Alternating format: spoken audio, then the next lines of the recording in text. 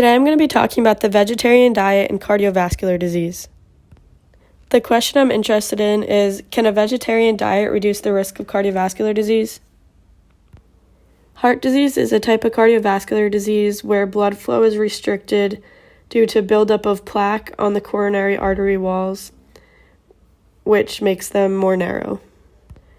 Heart disease is currently the leading cause of death in the United States, with about 655,000 deaths every single year.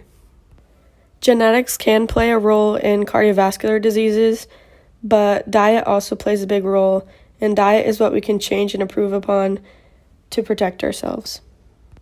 Some risk factors that can be modified by the diet are high cholesterol, obesity and diabetes, and hypertension.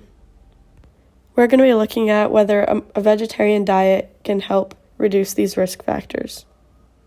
So first off, what is a vegetarian diet?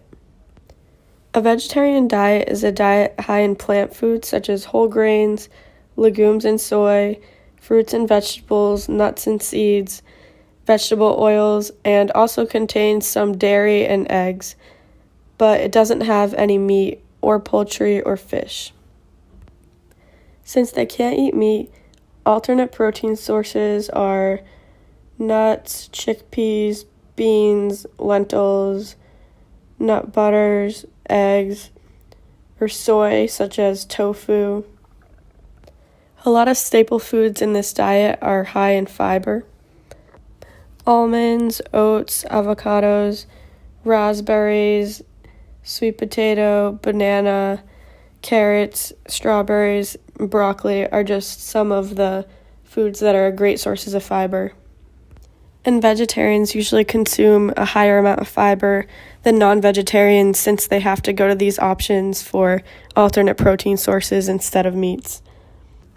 Fiber helps in keeping cholesterol low because soluble fiber can bind to cholesterol in the small intestine, and both the fiber and cholesterol will be excreted from the body since fiber can't be digested.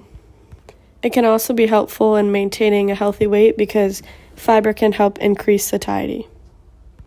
Moving on to weight and diabetes, lifelong vegetarians are 74% less likely to develop type 2 diabetes than meat eaters.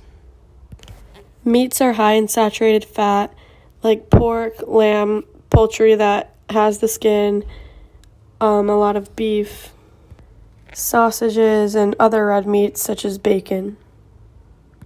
Higher saturated fat intake is linked with obesity, but the vegetarian diet is relatively low in saturated fat. The diet is also usually lower in calories, which contributes to a healthier weight, and in turn regulates insulin sensitivity and glycemic control. The next risk factor I'm going to talk about is hypertension. High sodium intake and excess weight greatly increases your likelihood of having high blood pressure.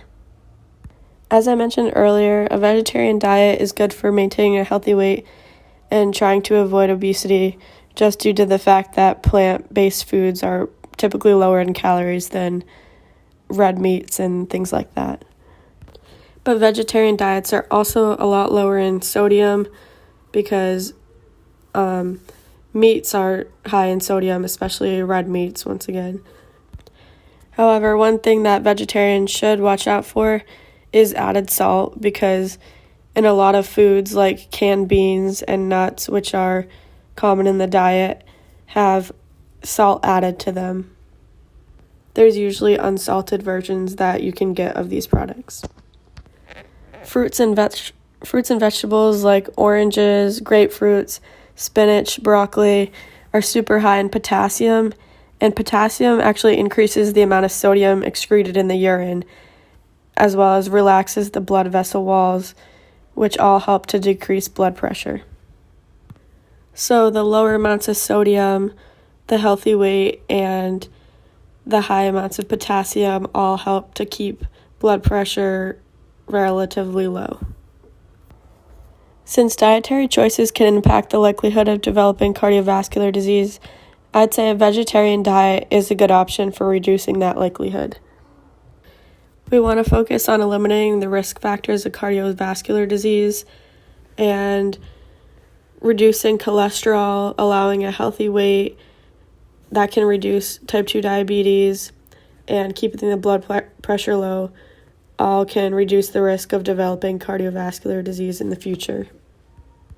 I recommend this diet only if it's a high-quality vegetarian diet that includes a lot of fruits, vegetables, nuts, legumes, other plant-based proteins, whole grains, and healthy fats, while avoiding high sugar products, highly salted products, and unhealthy fats. For the people who don't want to or can't make such a big dietary change as cutting all meat out of their diet, I'd recommend trying to limit or remove at least red meat from the diet since it's so high in saturated fats, and that can also decrease sodium levels too. And I would also recommend adding in more foods high in fiber and potassium. Thank you for watching.